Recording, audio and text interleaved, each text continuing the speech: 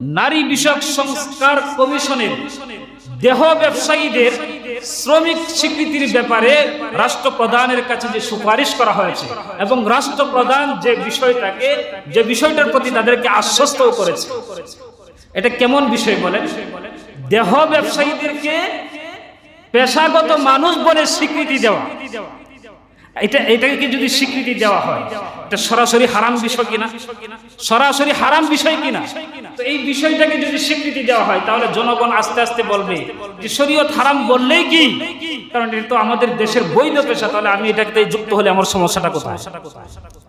তো যে ব্যক্তি সরাসরি আল্লাহ তাআলার বিধানের বিরোধিতা করবে, আল্লাহ তাআলার বিধানের উপেক্ষা করে সে হারামের মধ্যে লিপ্ত হবে এবং হারাম হালাল মনে করবে, ওই ব্যক্তির ঈমান থাকবে?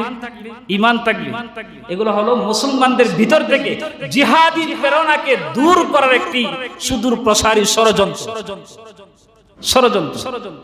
কারণ বিশ্ব মুসলমানরা আজকে নির্যাতিত, নিপীড়িত। এখন অন্যান্য মুসলমানরা ফিকির করছে, চিন্তা করছে যে আমাদের উপরে জিহাদ ফরজ হয়েছে কিনা, তাদের বিরুদ্ধে লড়া আমাদের জন্য আবশ্যক হয়েছে কিনা, যাতে আমরা লড়তে না পারি আমাদেরকে অন্য ইস্যুতে লাগায় দেওয়া, এটাই হলো তাদের উদ্দেশ্য। কারণ এটা হলো এনজিও একটা সংস্থা। এই আইন যদি বাংলাদেশে বাস্তবায়ন করা হয়, তাহলে মুসলমানদের ভিতর থেকে জিহাদের তামান্না তো দূর কি বাত হয়, মুসলমানিত্বই থাকবে না। আপনারা কি মনে করেন, এই পতিতা বৃত্তির মতো এই পেশাকেও কি স্বীকৃত পেশা বলা যায়? বলেন আপনারা, এটা কি পেশা বলা যায়? তারা খুব সুন্দর করে এটাকে সরকারের কাছে উপস্থাপন করেছে যে যৌন কর্মীদেরকে শ্রমিক স্বীকৃতি দেওয়া হবে। যৌন কর্মী, এরা কি কোনো কর্মী হইতে পারে? বলেন, এদেরকে কটাক্ষ করা আমার উদ্দেশ্য না, এদের কর্মটাকে কটাক্ষ করা আমার উদ্দেশ্য। এরা তো মানুষ, এদেরকে আমরাও সম্মান করি, ঠিক কিনা বলেন? এদেরকে আমরাও সম্মান করি। এরা হয়তো কোনো না কোনো কারণবশত তারা এই অবস্থার সম্মুখীন হয়েছে, এদেরকে আমরাও সম্মান করি, এদেরকে অন্য ব্যবস্থা করতে হবে। তো এই স্বীকৃতি আমরা কেউ চাই না। যদি এই আইনের বাস্তবায়ন হয়, তাহলে এই আইনের বাস্তবায়ন মানে হলো পাপের বৈধতা এই সমাজের মধ্যে চালু করে দেওয়া, রাষ্ট্রের মধ্যে চালু করে দেওয়া।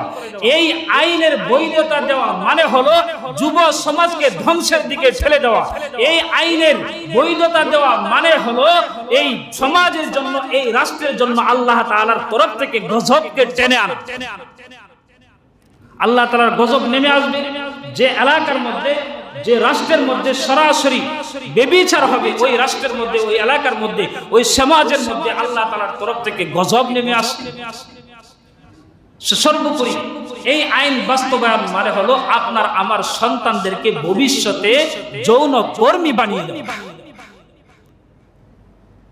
আর আমরা সুস্পষ্টভাবে বলি যে আইন প্রণয়ন করলে পরে আপনার আমার সন্তানদেরকে যৌন কর্মী বানিয়ে দেওয়া হবে, যে আইন প্রণয়ন করলে পরে নারীদেরকে পণ্য বানানো হবে, যে আইন প্রণয়ন করলে পরে আমাদের ভবিষ্যৎ প্রজন্ম ধ্বংস হয়ে যাবে, যে আইন প্রণয়ন করলে পরে সমাজের উপরে আল্লাহ তাআলার গজব নেমে আসবে, যে আইন প্রণয়ন করলে পরে রাষ্ট্রের উপরে আল্লাহ তাআলার গজব নেমে আসবে, এমন আইন মুসলমানদের দেশে বাস্তবায়ন করতে দেওয়া যাবে না, বাস্তবায়ন করতে দেওয়া হবে না।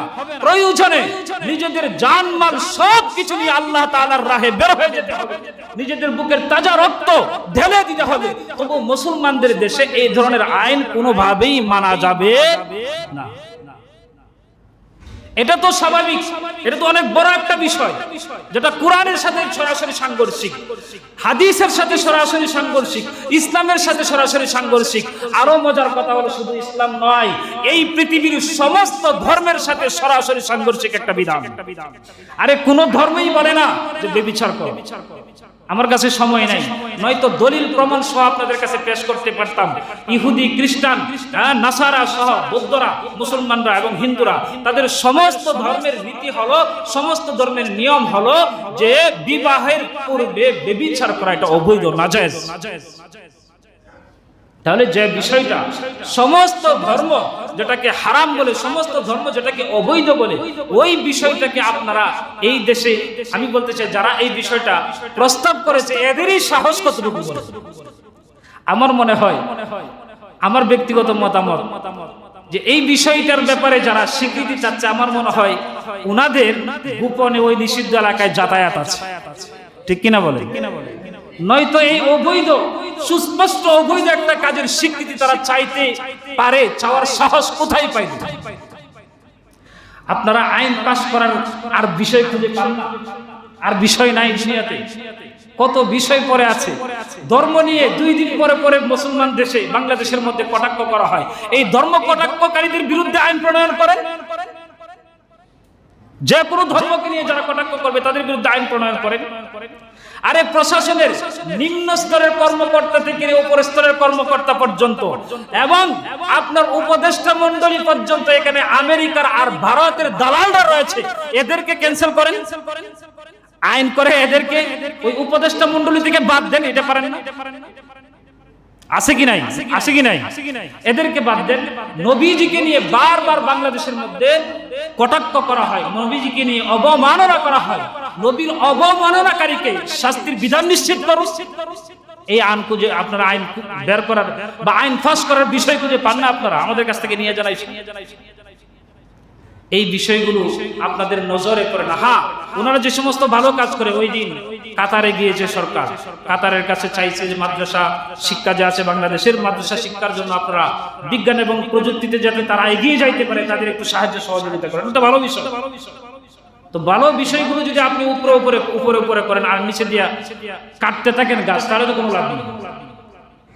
এই জন্য আপনাদের যে বিষয়গুলো ভালো আছে এই বিষয়গুলোকে আমরা সম্মান জানাই, আলহামদুলিল্লাহ। আমরা আশা করব আপনাদের সমস্ত বাহির এবং ভিতরের সমস্ত বিষয়গুলোকে ইসলাম দিয়ে সাজান। আর এই যে নারী যারা দেহ ব্যবসায় লিপ্ত, ওদেরকে আমরা সম্মান করি অন্তর থেকে। এরা তো আমাদেরই মা বোন, নাকি বলেন? এদেরকে অবশ্যই সম্মান করি, তবে এদেরকে পুনর্বাসনের ব্যবস্থা করি, এদেরকে হালাল কাজের ব্যবস্থা করে দেন। মোটামুটি তদন্ত অনুযায়ী জানা গেছে বাংলাদেশে 1,02,000 বা 2,000 থেকে 1,20,000-এর মতো এই দেহ ব্যবসায়ী আছে। তো 1,00,000 বা 1,20,000-ই হোক না কেন, 1,20,000 মানুষের কর্মসংস্থানের ব্যবস্থা কি একটা দেশের সরকার করতে পারে না?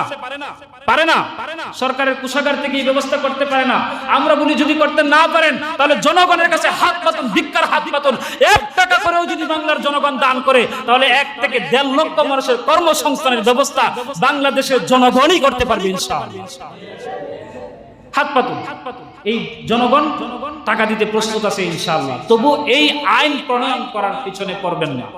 আমাদের অনুরোধ থাকবে আল্লাহ তাআলা এই বিষয়টাকে সরকার মহলকে বোঝার তৌফিক দান করুন। আর এই জিহাদের অনুপ্রেরণা আমাদের সকলের ভিতরে আল্লাহ তাআলা দান করুন। আমিন। ওয়া আখিরু দাওয়ানা আনিল হামদুলিল্লাহি রাব্বিল আলামিন।